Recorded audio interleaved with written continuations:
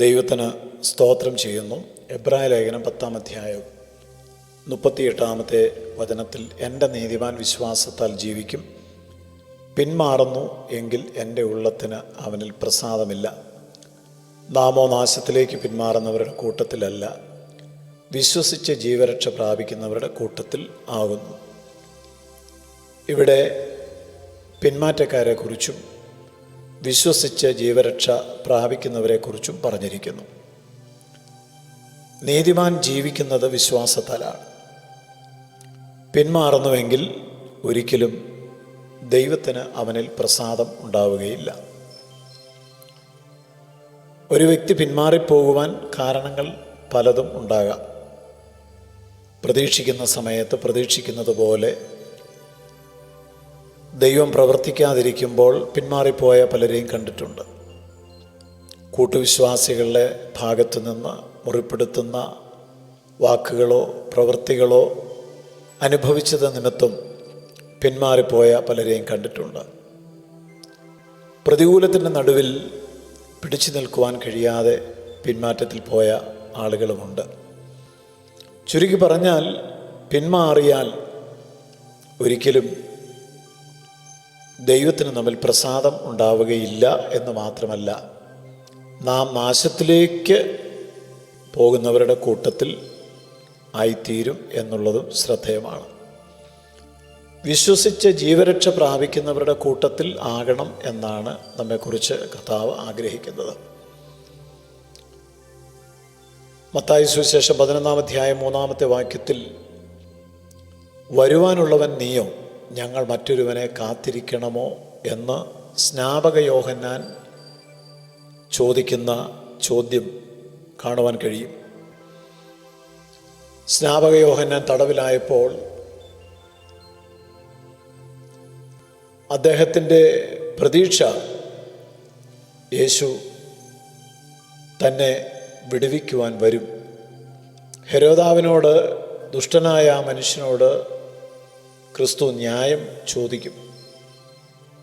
ഇതൊന്നും സംഭവിച്ചില്ല. തന്നെ ഒന്ന് വന്ന് കാണുവാനോ, താൻ തടവിലായിരിക്കുമ്പോൾ തന്നോട് സഹതാപം കാണിക്കുവാനോ, തന്നെ തടവിലാക്കിയ ദുഷ്ടനായ ഹെരോദാവിനോട് പ്രതികാരം ചോദിക്കുവാനോ തുനിയാതിരുന്ന യേശു കർത്താവ് തന്നെയാണോ മശിഹ?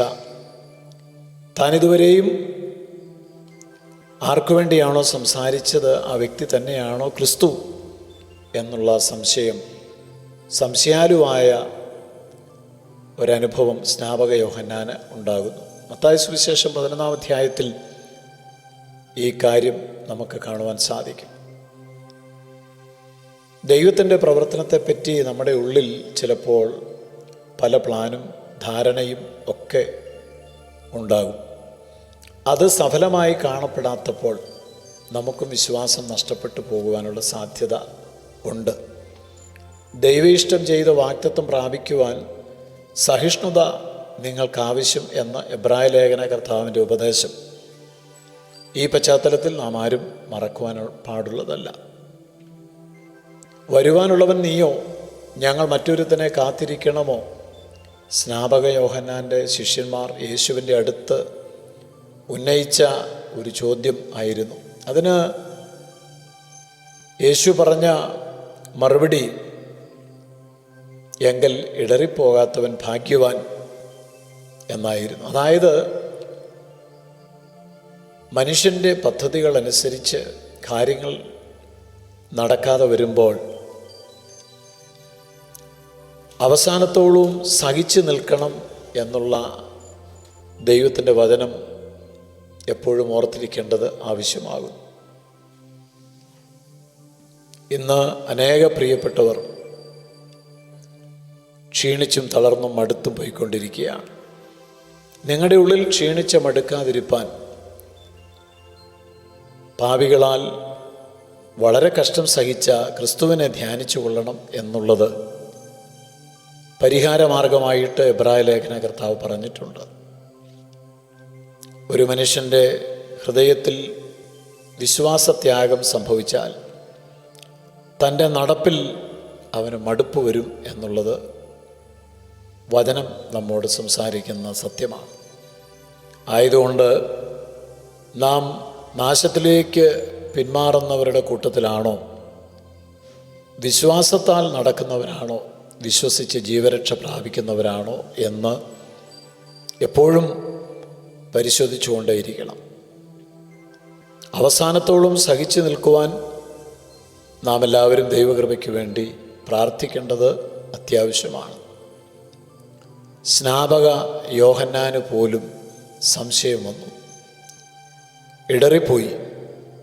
വരുവാനുള്ളവൻ നീയാണോ, മറ്റൊരുത്തനെ കാത്തിരിക്കണമോ എന്ന് അദ്ദേഹം ചോദിച്ചു.